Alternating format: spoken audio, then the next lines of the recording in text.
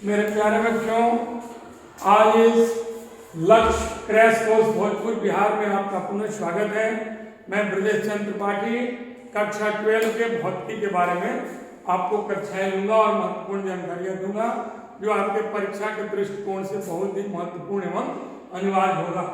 आज मैं आपको इलेक्ट्रॉनिक्स चैप्टर के बारे में विस्तृत जानकारी दूंगा। इससे ऐसे 6 अंक के प्रश्न आते हैं, लेकिन बिहार बोर्ड में यह परिवर्तित होता रहता है। बिहार बोर्ड में 5 अंक का दीर्घोत्तरीय प्रश्न, 2 अंक का 1 या 2 5 2 7 और 1 2 ऑब्जेक्टिव्स भी आते हैं। इस प्रकार इलेक्ट्रॉनिक्स से आपको 6 नंबर से लेकर के 10 नंबर तक का प्रश्न पूछा जा सकता है। आज सबसे पहले मैं आपको बताऊंगा इलेक्ट्रॉनिक्स कहते किसे हैं। तो मेरे प्यारे बच्चों, इलेक्ट्रॉनिक्स यह भी एक भौतिकी का ही ब्रांच है, लेकिन जब वैज्ञानिकों ने यह सिद्ध कर दिया कि विद्युत धारा के प्रवाह होने के लिए चालक की आवश्यकता नहीं पड़ती है। अब तक हम लोग जानते थे विद्युत में, इलेक्ट्रिसिटी में कि इलेक्ट्रिक करंट तभी फ्लो करेगा जब कोई कंडक्टिंग मटेरियल हो, लेकिन इलेक्ट्रॉनिक्स में यह सिद्ध हो गया कि विद्युत धारा के प्रवाह के लिए वह कोई कंडक्टर होना कोई जरूरी नहीं है। यह अर्धचालक सेमीकंडक्टर या निर्वात वैक्यूम शून्य से भी विद्युत धारा प्रवाहित हो सकती है। तो इलेक्ट्रॉनिक्स क्या है मेरे बच्चों? तो भौतिकी की वह शाखा जिसके अंतर्गत हम लोग विद्युत धारा के प्रवाह को निर्वात या अर्धचालक से भी प्रवाहित कर सकते हैं, उसे ही हम लोग इलेक्ट्रॉनिक्स कहते हैं। सबसे पहले आज मेरे प्यारे बच्चों आपसे एक जो दीर्घोत्तरीय प्रश्न 5 अंक का श्योर आएगा, मैंने प्रिंटेड लिखा है, मतलब हो सकता है कि आज जो मैं चीज पढ़ा रहा हूँ आपके प्रश्न जो है परीक्षा में छपा रहा है। ठोसों में ऊर्जा पट्टी से क्या समझते हैं, इसके आधार पर चालक, कुचालक और अर्धचालक में अंतर स्पष्ट करें। मेरे बच्चों, आप जानते हैं कि ठोसों में परमाणु जो है आपस में पूर्णतः समायोजित होते हैं। इनके बीच जो आकर्षण बल है वह महत्तम और विकर्षण बल जो है न्यूनतम होता है। इसीलिए किसी भी ठोस के परमाणु आपस में कस करके जुड़े रहते हैं। और हम लोग जानते हैं कि परमाणु का आकार मुख्यतः क्या है, गोलीय है, जिसके केंद्र में इसके प्रोटॉन न्यूट्रॉन अर्थात संपूर्ण धन आवेश रहता है, जिसे हम लोग न्यूक्लियस कहते हैं। और इसके चारों तरफ केंद्रक या न्यूक्लियस के चारों तरफ विभिन्न वृत्तीय पथों में इलेक्ट्रॉन चक्कर लगाते हैं। और सबसे बाहरी कक्षा में जो इलेक्ट्रॉन होता है, जो रासायनिक प्रतिक्रिया में या किसी भी रगड़ में, घर्षण में भाग लेता है, दूसरे के साथ आदान प्रदान करता है, उसे हम लोग संयोजी इलेक्ट्रॉन। और बाह्यक कक्षा के अंदर जितने भी इलेक्ट्रॉन स्थित होते हैं उसे कोर इलेक्ट्रॉन कहते हैं। लेकिन मेरे प्यारे बच्चों, अगर सामान्य तापक्रम पर कोई भी ठोस पदार्थ है, अगर उससे जरा सा भी ताप बढ़ता है तो किसी भी ठोस पदार्थ के परमाणु में उपस्थित जो इलेक्ट्रॉन है या उष्मा ऊर्जा प्राप्त करते हैं। और उष्मा ऊर्जा प्राप्त करने के बाद वह ऊर्जा इनकी गतिज ऊर्जा में परिवर्तित हो जाती है। परिणामतः किसी भी कक्षा में इनका जो वेग है वह बढ़ता घटता रहता है, जिसके कारण जब न्यूनतम कक्षा का इलेक्ट्रॉन ऊर्जा प्राप्त करेगा तो वह कूद करके महत्तम ऊर्जा कक्षा में चला जाता है और यह प्रक्रिया अनवरत चलती रहती है। परिणामतः ऊर्जा के कारण इलेक्ट्रॉनों का परमाणुओं के विभिन्न ऊर्जा स्तरों में या कक्षाओं में आदान प्रदान होने से पुनः वितरण हो जाता है, रीडिस्ट्रीब्यूशन। अर्थात जैसे मान लीजिए हमारा यह तीसरी कक्षा संयोजी कक्षा है और उसके बाद वाले जो भी ऊर्जा स्तर है उसकी ऊर्जा अधिक है, तो इलेक्ट्रॉन यहाँ से जंप करके यहाँ चला जाएगा, यह वाला यहाँ आ जाएगा, यहाँ वाला यहाँ चला जाएगा। इस प्रकार जो संयोजी इलेक्ट्रॉन हैं उनके एक ही कक्षा में उपस्थित होने की संभावना नहीं रहती, उनका रीडिस्ट्रीब्यूशन हो जाता है। परिणामतः ये जो ऊर्जा स्तर अलग अलग है ये एक दूसरे से अध्यारोपित ओवरलैप कर जाते हैं और ओवरलैपिंग के कारण, अध्यारोपण के कारण ऊर्जा स्तरों का, जिसमें समान ऊर्जा के इलेक्ट्रॉनों की पाए जाने की संभावना बहुत अधिक होती है और वह एक थिक लेयर, मोटी परत के रूप में विद्यमान हो जाते हैं। उसी मोटी परत को हमारे वैज्ञानिकों ने, मेरे प्यारे बच्चों, ऊर्जा पट्टी का नाम दिया, है ना। तो सबसे पहले प्रश्न आता है ऊर्जा पट्टी से आप क्या समझते हैं? तो आसानी से परिभाषा बना लीजिए। ठोसों के परमाणुओं में ऊर्जा प्राप्ति के फलस्वरूप इलेक्ट्रॉनों के पुनः वितरण के कारण निर्मित अध्यारोपित ऊर्जा स्तरों के मोटी परत को ही ऊर्जा पट्टी कहते हैं। मैंने आपको इस चित्र में दिखाया है। अब यहाँ को यह जितने ये डॉटेड लाइन है ये ऊर्जा स्तर को सूचित करते हैं, लेकिन यहाँ इनका मिश्रण हो गया, है ना। इलेक्ट्रॉन के आगे पीछे होने के कारण ऊर्जा प्राप्त करके पुनः कट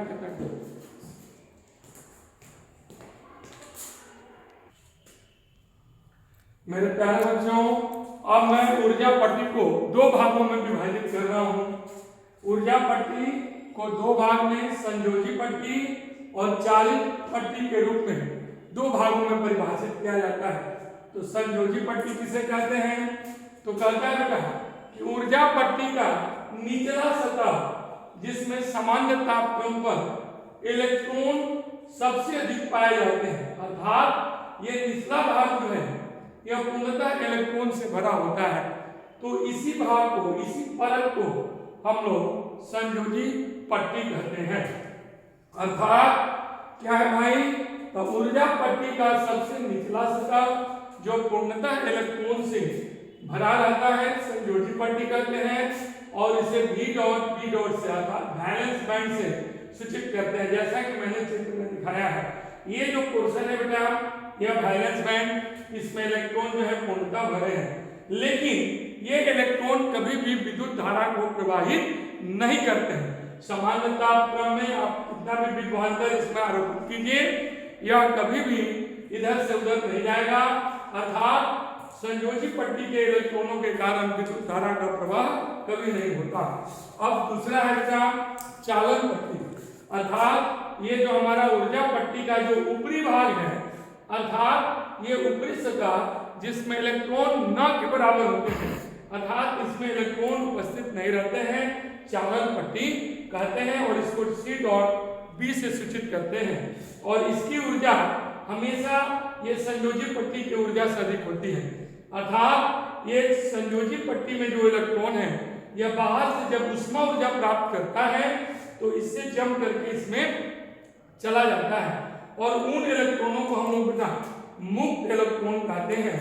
और यही फ्री इलेक्ट्रॉन्स, मुक्त इलेक्ट्रॉन जो हैं विद्युत धारा के लिए रिस्पॉन्सिबल है, उत्तरदायी है। आप जब भी इसके दोनों सिरों के बीच विभवांतर या विद्युतीय क्षेत्र आरोपित करेंगे तो यह इसके कारण, इन मुक्त इलेक्ट्रॉनों के कारण विद्युत धारा का प्रवाह बंद कर। अब मेरे प्यारे बच्चों, मैं आपको ऊर्जा पट्टी के बाद कुछ दो महत्वपूर्ण तर्क, एक समविभाजन ऊर्जा इक्विपार्टीशन एनर्जी और दूसरा ऊर्जा रिक्ति, इससे 2 अंक के प्रश्न आते हैं। तो मेरे प्यारे बच्चों, समविभाजन ऊर्जा इक्विपार्टीशन एनर्जी से आप क्या समझते हैं? तो मेरे प्यारे बच्चों, मैंने आपको बताया कि ऊर्जा पट्टी को 2 भागों में चालन पट्टी और संयोजी पट्टी में विभाजित करते हैं। तो संयोजी पट्टी ऊर्जा पट्टी का निचला सतह है और चालन पट्टी ऊर्जा सतह है। चालन पट्टी की ऊर्जा संयोजी पट्टी से अधिक होती है। तो सामान्य तापक्रम पर, अर्थात कमरे के तापक्रम पर संयोजी पट्टी में जो इलेक्ट्रॉन है उनकी जो अपनी ऊर्जा होती है, इलेक्ट्रॉन हमेशा गतिशील है, तो उस गतिशीलता के कारण उनकी जो स्वतः ऊर्जा होती है उसी ऊर्जा को बेटा हम लोग समविभाजन ऊर्जा कहते हैं, और इसे हम लोग E से सूचित करते हैं। इसका मान E बराबर 3/2 kT होता है। यहाँ K हमारा बोल्ट्जमान का नियतांक कहलाता है और T तापक्रम है। अगर K और T का मान रखते हैं तो हमारा समविभाजन ऊर्जा E का मान 0.025 इलेक्ट्रॉन वोल्ट आता है। अर्थात ऊर्जा की न्यूनतम मात्रा को हम लोग जूल में न मापकर इलेक्ट्रॉन वोल्ट में मापते हैं। अर्थात यह बहुत ही न्यूनतम ऊर्जा है और इस ऊर्जा के द्वारा इलेक्ट्रॉन उतना गतिज ऊर्जा नहीं प्राप्त कर सकता कि वह संयोजी पट्टी से जम करके चालन पट्टी में चला जाए। जब तक वह चालन पट्टी में नहीं जाएगा वह मुक्त इलेक्ट्रॉन नहीं कहलाएगा और तब तक उसके कारण विद्युत धारा का प्रवाह संभव नहीं है। अब आइए मेरे प्यारे बच्चों, ऊर्जा रिक्ति से क्या समझते हैं। कभी कभी प्रश्न में इसे निषेधात्मक ऊर्जा रिक्ति किसे कहते हैं यह भी पूछा जाता है, इसीलिए मैंने ऊर्जा रिक्ति को ही बता दिया है मेरे प्यारे बच्चों कि इसे हम लोग निषेधात्मक ऊर्जा रिक्ति भी कहते हैं। अंग्रेजी में फॉरबिडन एनर्जी क्या है। एक्चुअली मैंने आपको बताया कि चालन पट्टी और संयोजी पट्टी में ऊर्जाओं का अंतर होता है। संयोजी पट्टी ऊर्जा की जो है निचली परत है और चालन पट्टी ऊपरी परत। तो इस प्रकार चालन पट्टी और संयोजी पट्टी में जो ऊर्जाओं का अंतर होता है उसी अंतर को हम लोग ऊर्जा रिक्ति कहते हैं। और यही अंतर ऊर्जा का मान अगर संयोजी पट्टी का इलेक्ट्रॉन प्राप्त कर ले तो वह आसानी से संयोजी पट्टी से चालन पट्टी में चला जाएगा। अर्थात अगर हम लोग किसी भी ठोस को गर्म करना शुरू करें या कमरे का तापक्रम बढ़ जाए तो संयोजी पट्टी का इलेक्ट्रॉन जो है उतना उष्मा प्राप्त कर लेता है, उष्मा ऊर्जा, कि उसकी गतिज ऊर्जा बढ़ जाती है और उस गतिज ऊर्जा के बदौलत वह आसानी से संयोजी पट्टी से जंप करके चालन पट्टी कंडक्शन बैंड में चला जाता है। तो मेरे प्यारे बच्चों, आप ऊर्जा पट्टी को दूसरे रूप में ऐसे भी परिभाषित कर सकते हैं कि संयोजी पट्टी के इलेक्ट्रॉनों द्वारा प्राप्त वह न्यूनतम ऊर्जा जिसके कारण वे संयोजी पट्टी से चालन पट्टी में चले जाते हैं ऊर्जा रिक्ति कहते हैं। और अलग अलग ठोसों के कारण इसका मान अलग अलग होता है। ऊर्जा रिक्ति का मान 0.5 इलेक्ट्रॉन वोल्ट से लेकर के 5 इलेक्ट्रॉन वोल्ट तक होता है। और दूसरे क्लास में मैं बताऊंगा कि ऊर्जा रिक्ति के ऊर्जा पट्टी के आधार पर कैसे पदार्थों का वर्गीकरण चालक, कुचालक और अर्धचालक में किया जाएगा।